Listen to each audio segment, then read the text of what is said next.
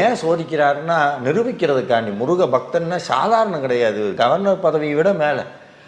அதை சோதிக்கிறதுக்காண்டி இவ்வளோ இது பண்ணுவார். ஆனால் அந்த நேரத்தில் நம்ம கோபத்தில் 2 வார்த்தை திட்டுறோம்ல, அந்த திட்ட வார்த்தையை கேட்குறதுக்காண்டி அம்மா சொல்லுவாள், விட்றா அவன் என்னதான் இருந்தாலும் என் பையன், நம்ம கோவம் உரிமை இருக்குல்ல, அவங்க அப்பாவை திட்டாமல் நம்ம யாரை திட்டுவா, நம்ம கேட்போம்ல. ஆனால் வேற யாராவது திட்டினா கோவம் வந்துடும்.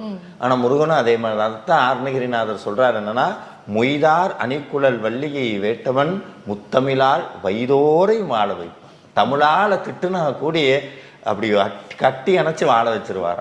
திட்டுறவரையே வாழ வைப்பார். அப்படின்னா கெஞ்சி கொஞ்சி கேட்டால் என்ன பண்ணுவார்? இந்த எத்தனையோ அடியாருடைய வாழ்க்கை அதுக்கு சாட்சி.